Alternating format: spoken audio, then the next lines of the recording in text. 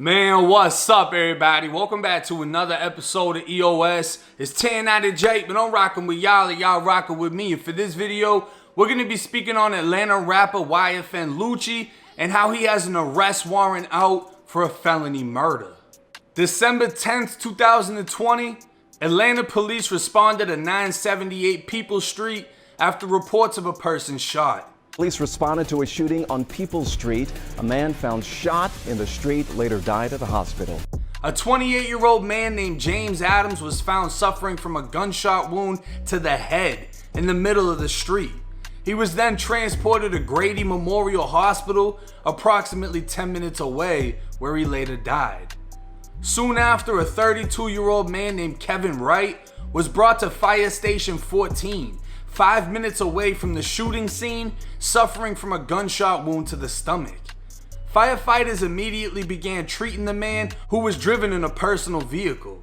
The man was alert, conscious, and breathing, but refused to cooperate with Atlanta police and would not answer any questions asked.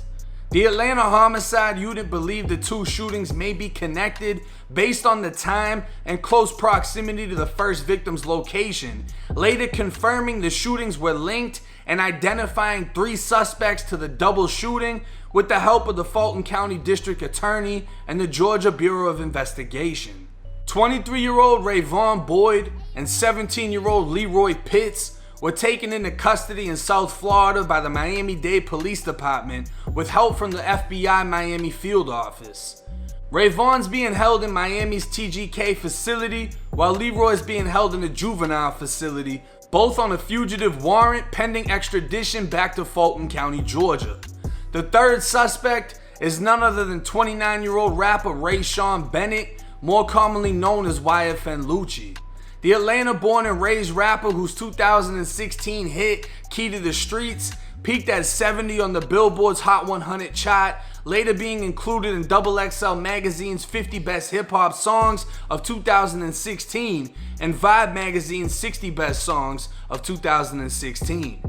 He'd later be on the cover of Rolling Stone magazine with other Atlanta superstars such as the Migos, 21 Savage, and Zaytoven. At this time, Lucci has a felony murder warrant out for his arrest, on top of other charges including aggravated assault, participation in criminal street gang activity, and possession of a firearm during the commission of a felony. A $5,000 reward has been offered for anyone that can provide a tip leading to the arrest of Lucci, and we only got a $600 stimulus, so you know their phone is ringing off the fucking hook right now. The city of Atlanta saw a spike in homicides in 2020 after a 16-year-old girl was shot in a hotel room by a 16-year-old boy after a verbal dispute on December 16th. Her murder marked the 154th homicide of the year, a number the city hasn't seen since 1998. Her death was also the third homicide being investigated within 24 hours after a man's body was discovered early in the morning covered in stab wounds, and another man was found in a home with a gunshot wound. As for Yfn Lucci, every one of his charges is serious and carries serious time. Georgia doesn't classify murder by first and second degree. Any murder in Georgia carries the minimum sentence of life. And if more severe penalties are applied, you can get life without parole or even a death sentence. Now, this is just the beginning, so information is very limited on exactly what happened. There's some reports saying it was just a shooting. Other reports are saying it was a shootout because of how many shell casings were found at the scene of the crime. And people are saying that Lucci is on the run. I don't think he's necessarily on the run. I believe it's something similar to Casanova. These are two major celebrities, and you can see Cash just most likely spent time with his family, got himself a lawyer, and then turned himself in. And I'm sure that if he hasn't already, by the time this video drops, that Lucci is going to turn himself in after he's gotten a proper lawyer and everything is set up. Now, I don't know what it is about rappers in Atlanta. I mean, he's from fucking Atlanta. But it seems that a lot of rappers want to move to Atlanta to get out of the city that they're in, not realizing Atlanta is fucked by itself. If you don't know, because a lot of people aren't in tune with it, they're gang banging in Atlanta. From Bloods, Crips to fucking GDs. It's really bang the fuck out. It's dead ass serious. And another thing about the South, in New York or even California, the gun laws are strict, right? So handguns are the most common thing. You're not really finding tons of cases where they're using assault weapons, AKs, Dracos, all that, AR-15s, you know what I mean? Versus in the South, everybody got big guns because a Draco is nothing more than a pistol. With a 30-round magazine, you can put an extension on it if you want to. But AKs, AIs, things like that are common down there because there isn't an enhancement for getting charged with it. So you got people that's shooting it out in other cities with handguns, and then they think shit's sweet. They move down to Atlanta and find out people are getting knocked off with AKs. And I mean, shit is literally getting knocked off. These are big fucking bullets.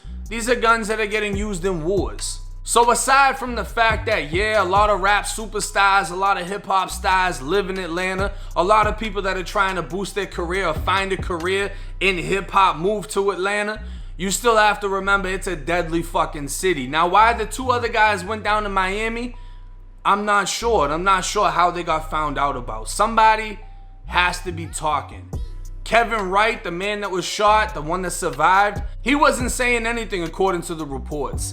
And I mean, it's been a little bit of time since the shooting happened, but somebody must have opened their fucking mouth if they're able to find two of them down in Florida and then the other one goes missing. And Miami itself is another area, like a lot of people that aren't from Florida don't know, Miami doesn't fuck off. The police don't fuck off, especially when it comes to face tattoos, all the extra jewelry, like in any of the tourist spots. Miami PD is fucked. They'll beat the dog shit out of you. They'll fuck with you over anything. And Miami is another deadly ass city that a lot of people like to vacation or migrate to without the understanding of how lethal it actually is. And all these rappers are going through TGK in Miami. TGK ain't sweet. Ain't none of the jails in Miami sweet. I'm gonna tell you that right now. When I was in prison, people from Miami would tell us stories about that shit. Like, they weren't even putting white people with black and Spanish people. And the second you get in there, doesn't matter how big you are, doesn't matter how badass you are, you're gonna fight. They're gonna test you, they're gonna try you. It used to be way worse back in the days, but it's fucking wild in there. But we'll see how the case progresses. I'm sure that he's going to be turning himself in a matter of days, and more information will be released, and I'll keep y'all covered on the story.